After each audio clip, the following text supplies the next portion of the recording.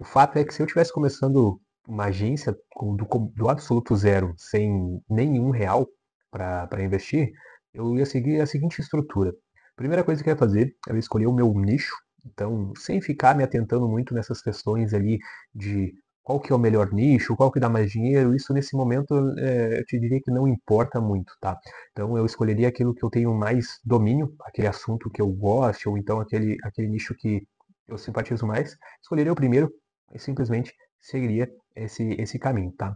Segunda coisa que eu faria é descobrir as dores reais desse nicho. Então, nem tudo aquilo que a gente acredita que é uma dor, de fato vai ser. Então, o que eu posso fazer para identificar essas dores? Eu posso pegar, entrar no Google, pesquisar lá um nicho específico, posso ver da minha cidade ou da minha região, encontrar 10, 20 pessoas que já estão naquele nicho e simplesmente fazer uma pesquisa com essas pessoas. Eu posso pegar meu telefone, posso ligar, posso mandar uma mensagem no WhatsApp, posso fazer uma pergunta. Pô, aqui é o fulano, eu estou pensando em criar a seguinte solução, mas para isso eu gostaria de saber o que de fato é uma dor, o que você está enfrentando no teu dia a dia, como é que eu posso te ajudar. Então, questões mais voltadas para isso, né? Não necessariamente você vai vender para essas pessoas, mas elas vão ser o pontapé inicial para você de fato entender o que é uma dor real, o que as pessoas estão enfrentando do outro lado, tá?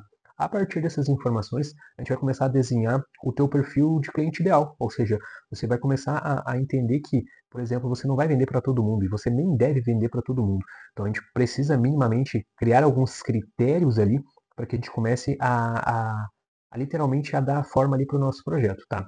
Após isso, a gente vai montar nossa matriz de qualificação, ou seja, entender quais são os critérios mínimos que essa empresa ou que esse cliente tem que ter para de fato virar o nosso cliente. Porque se a gente deixar isso muito aberto, pode ser que no futuro vá dar muito problema, no sentido daqui a pouco das pessoas quererem pagar muito pouco e ficarem completamente insatisfeitas porque não tiveram grandes resultados, né? Então, vou te dar um exemplo. Se eu pegar uma empresa que fatura 1 milhão e eu aumentar 10% no faturamento dela, obviamente eu consigo gerar 100 mil reais a mais. Agora, se eu pegar uma empresa que fatura 10 mil e aumentar 10%, eu estou falando de R$ 1.000. Então, a diferença é muito pouca para ela perceber o real valor que eu estou gerando para ela, né? Então, é importante a gente saber minimamente esses critérios também de qualificação, tá? Após isso, a gente vai começar a estruturar a nossa operação, ou seja, entender o que a gente precisa no que tange a questão de ferramentas, ou seja, se eu vou precisar de um site, se eu vou precisar de CRM, as ferramentas básicas que eu vou atuar dentro do projeto, e nesse momento é importante frisar que a gente não precisa complicar, a gente pode fazer algo bem simples, mas porém funcional. Vou te dar um exemplo, imagina que eu vá rodar anúncio no Meta ou anúncio do Google. E daqui a pouco esse anúncio vai ficar dentro do próprio Meta ou do próprio Google, ali onde eu vou fazer daqui a pouco anúncios pro direct do Instagram. Pô, eu nem preciso daqui a pouco me atentar e criar um site, porque eu não vou utilizar nesse momento. Não significa que eu vou ficar infinitamente sem esse recurso. Mas nesse primeiro momento é interessante que a gente se atente àquilo que a gente realmente vai utilizar e que vai fazer sentido, que vai dar um resultado a curto prazo para a gente, tá? Após isso, a gente vai fazer a organização do nosso CRM.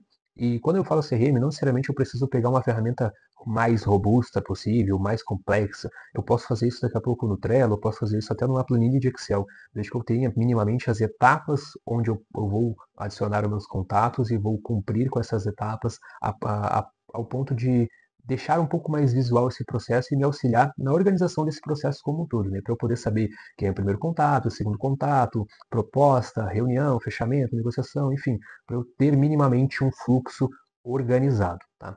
Após isso, após essa questão de organização, eu vou partir já para a mão na massa. Então, eu vou gerar uma lista com pelo menos ali 2.000 contatos genéricos. Então, eu vou pegar ali, separar uma lista com 2.000, pelo menos uns 2.000 contatos. Existem diversas ferramentas que fazem isso hoje em dia. E desses 2.000 contatos, eu vou separar basicamente em duas listas de 1.000 contatos para que de fato eu consiga separar e criar uma boa cadência, tá? Então o próximo passo seria exatamente esse, criar uma cadência. Então dentro da nossa cadência, eu vou separar os canais que eu vou utilizar para que eu consiga entrar em contato com essas pessoas, tá? Então se eu vou mandar e-mail, se eu vou fazer uma abordagem via LinkedIn, se de fato eu vou fazer uma abordagem via WhatsApp, se eu vou fazer uma ligação, é importante eu entender quais são os canais que eu vou utilizar nesse momento e de quanto em quanto tempo que eu vou entrar em contato por cada um desses canais. Como, por exemplo, vou fazer uma ligação no primeiro dia, vou fazer duas, vou fazer três, ou seja, eu preciso saber a frequência também que eu vou utilizar esses canais. Após isso, a gente já vai partir para a criação dos nossos scripts, sabendo exatamente quais são os canais e qual que é a frequência que eu vou utilizar, eu já vou partir para os scripts, né? Então é importante eu começar a montar de fato esse esqueleto para eu conseguir encaixar esses scripts dentro do nosso fluxo de cadência e abordagem, né?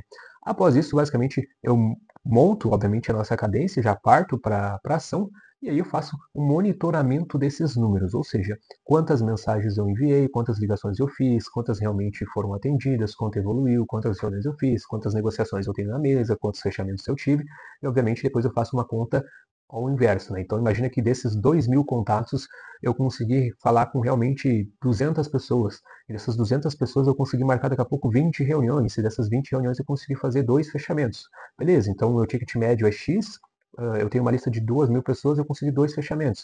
Óbvio que eu estou te dando números aqui completamente aleatórios, mas pô, eu quero fechar 10 clientes. Beleza, então automaticamente precisaria ter uma lista com 10.000 pessoas ali, seguindo a mesma ordem, a mesma lógica, para que de fato eu conseguisse lá na outra ponta ter 10 fechamentos. Tá? Então a matemática é mais ou menos essa. Então, de uma forma 100% prática, o que eu faria para começar uma agência do absoluto zero, nesse momento, seria exatamente isso que eu te falei agora.